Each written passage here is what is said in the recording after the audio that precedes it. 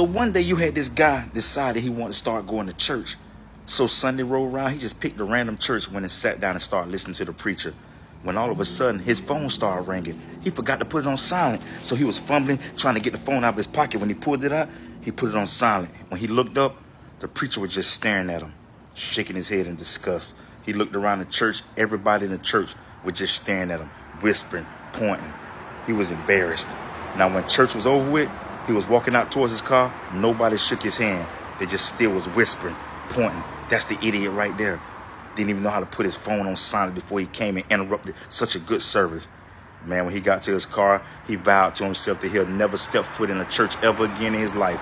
Now the next weekend, he was sitting inside of a bar, had a glass of vodka he was sipping, put it down, still thinking about last weekend. He went to sit back, forgot that he was on a bar stool.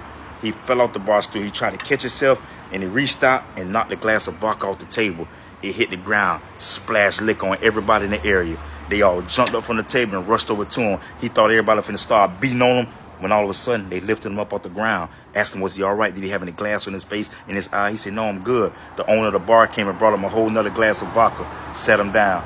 Now, ever since that night, he been going to that bar ever since then. See, the moral of this story is that the very people that you think supposed to be leading you to a church be the ones making you run away from the church. Don't get me wrong. God uses people all the time. And in this crazy world, it's still good people with good hearts. You just never know where your help will come from.